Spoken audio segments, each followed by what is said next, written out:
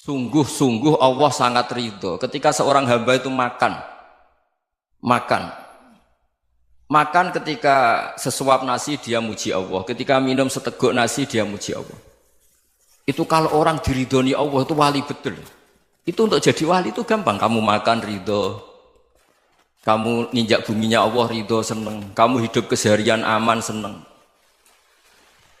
Nah ini supaya sampean kita semua ngaji betapa panduan Rasulullah untuk menggapai ridho Allah itu banyak yang keseharian sekali.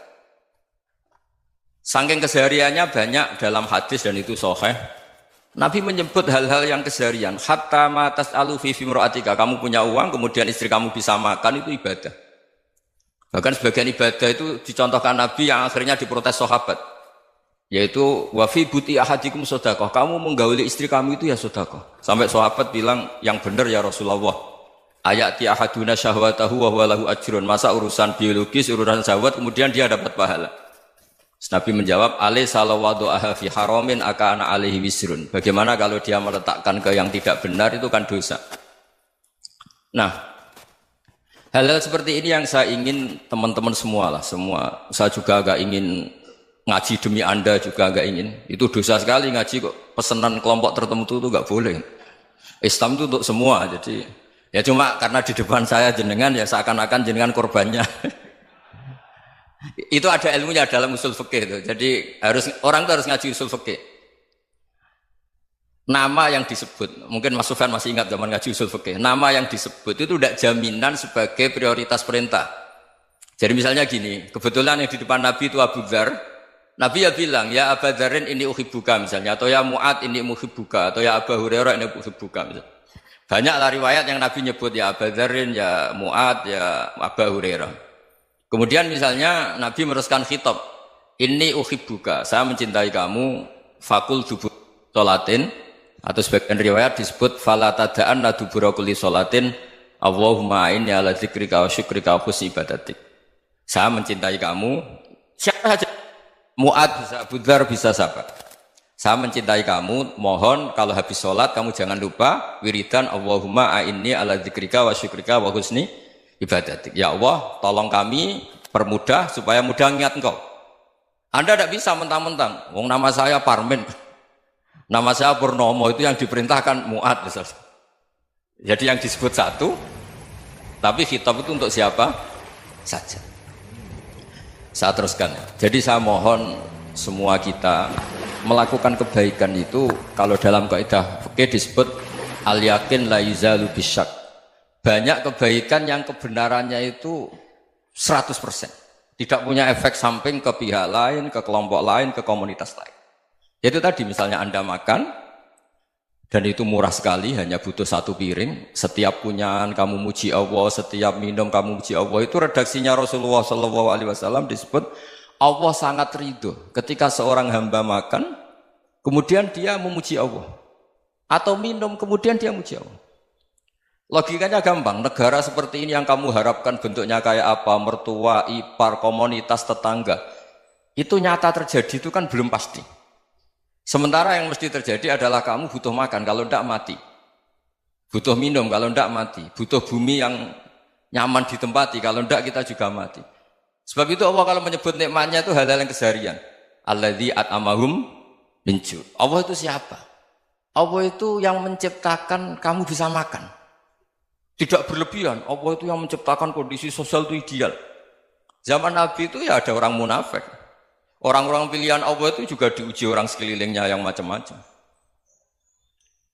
Semua diuji sesuai konteks zaman dan waktu. Nah, tapi ada ibadah-ibadah yang selalu disarankan Nabi. Sampai Nabi itu pernah ditanya, ayul islami khairun ya Rasulullah, Islam terbaik itu gimana? Jawaban Nabi itu unik. It'amut to'am, Islam terbaik itu ya makan-makan, santai-santai. Ketika Allah menyebut beberapa kebaikan, falak tahamal akobah, wa ma adrokan apa? Mal akobah. Terusannya apa? Fakku rokobah. Terusannya apa? Au it'amun fiyaumin di masubah. Ya itu acara makan-makan itu juga Islam. Kenapa? Ya bayangkan kalau tidak ada makanan, kita mati kan?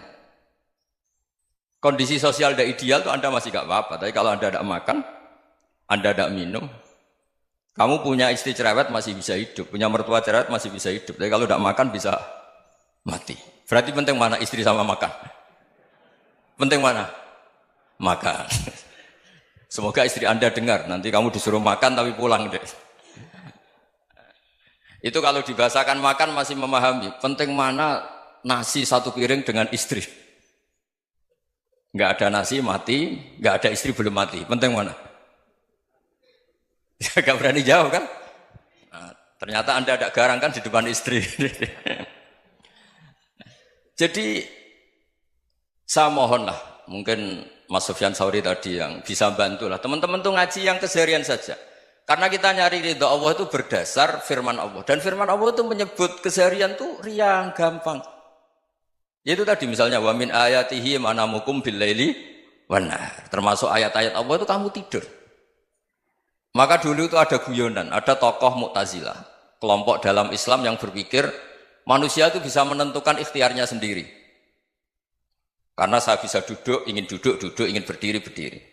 Karena kelompok ini nggak terima kalau semua kehendak Allah, nanti bagaimana kalau semua kehendak Allah kok ada hisab ya, ada sanksi. Lucunya itu, dia akhirnya, ini cerita ya, mencintai seorang perempuan, cantik sekali.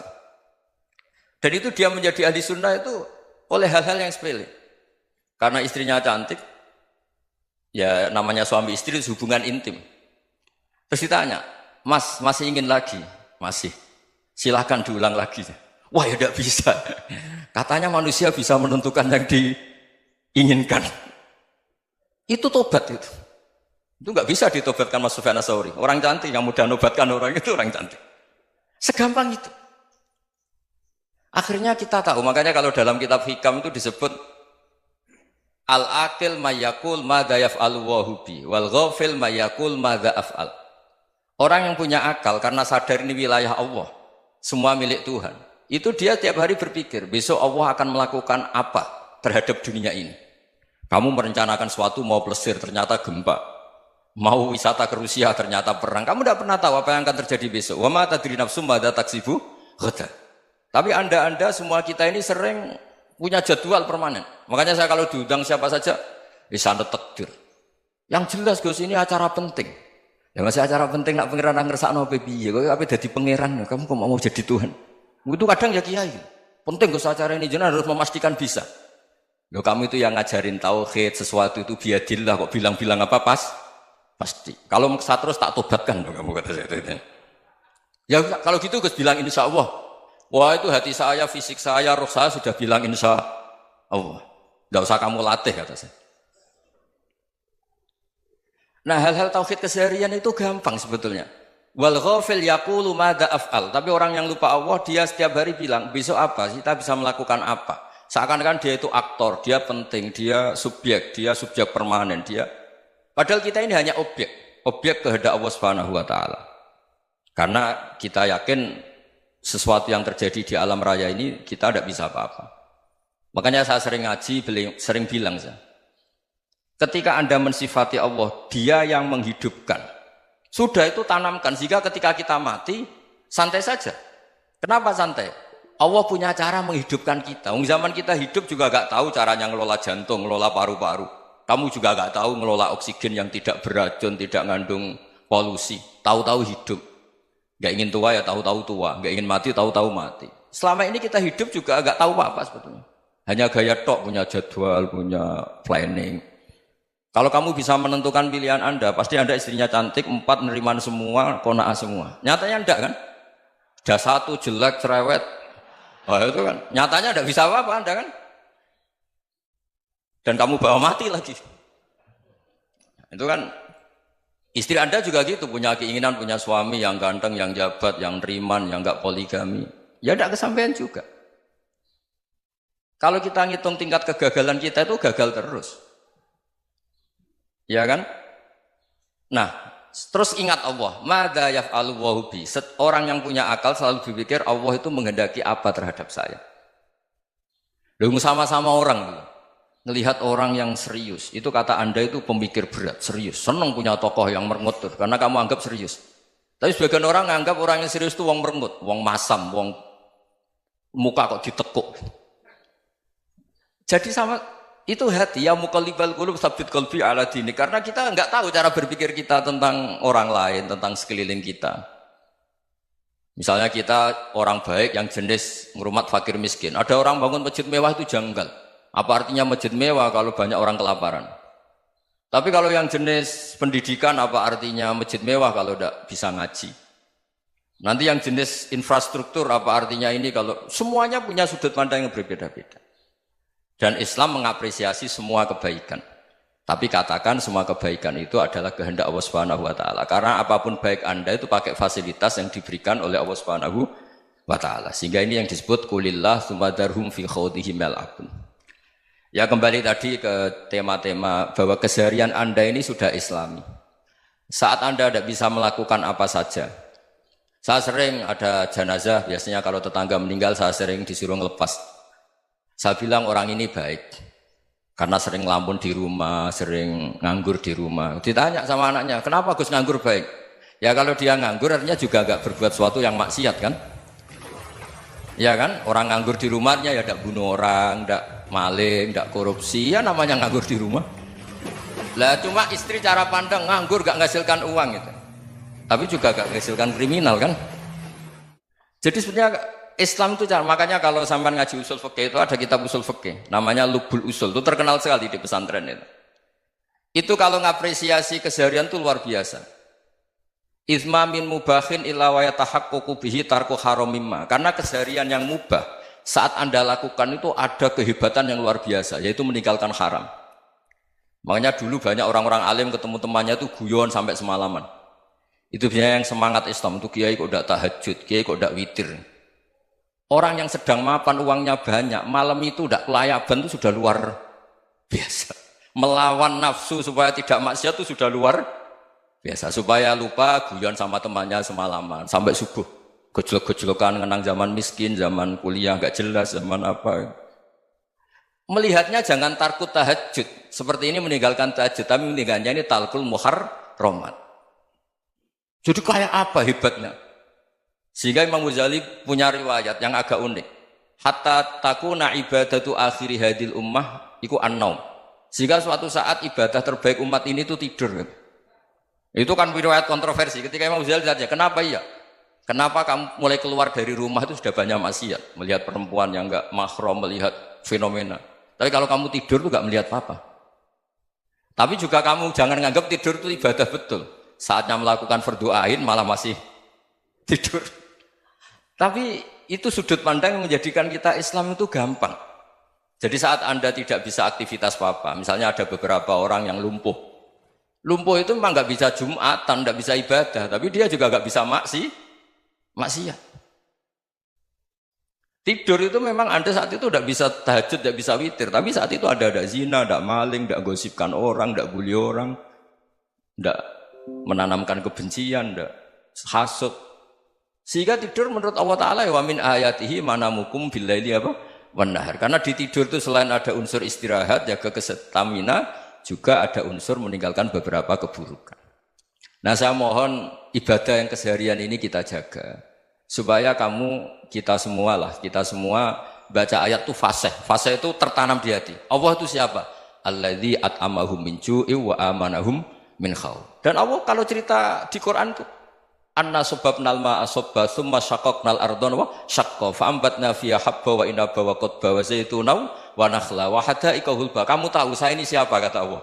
Saya ini adalah Tuhan yang menurunkan air. Kemudian ada tanaman banyak.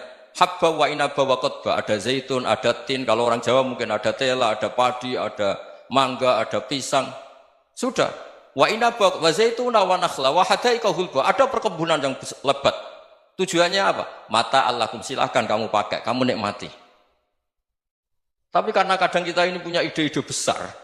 Tadi untuk syukur saja nunggu punya istri riman, rumah baik, tetangga baik, komunitas baik, semuanya baik baru syukur.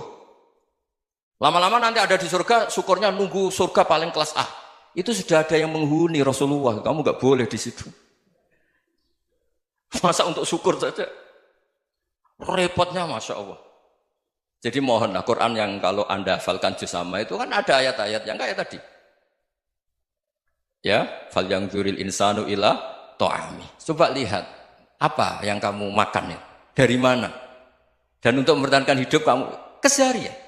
Jadi jangan kira ibadah itu harus membentuk komunitas yang versi Anda. Ibadah itu harus yang hal yang mulu-mulu. Kesehariannya Anda alami.